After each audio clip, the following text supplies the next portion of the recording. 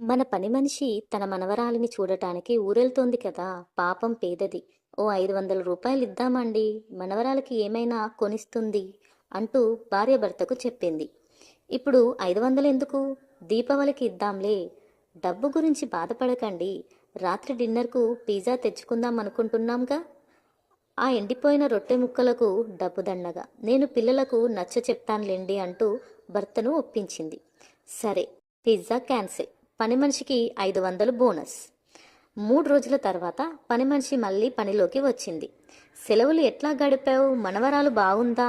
అమ్మాయి ఇచ్చిన 500లతో ఇంకా ఆనందంగా గడిచింది. 500లతో ఏం కొనుక్కున్నారు అడిగా. 150 రూపాయలకు పాప గౌను, 40కి బొమ్మ, స్వీట్లు. గుడిలో దేవుడికి 50, దారి ఖర్చులకు 60, కూతురికి 25 రూపాయల గాజులు, అల్లుడికి 25 రూపాయల బెల్టు, మిగిలిన దాంతో పిల్లలకు పుస్తకాలు. పిజ్జా ఖర్చును పని మనిషి పండగ ఖర్చుతో పోల్చాడు.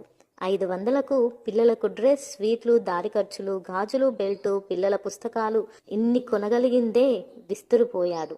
8 ముక్కల ఎండిపోయిన పిజ్జాతో పని మనిషి కళ్ళల్లో వెలుగులతో పోల్చాడు.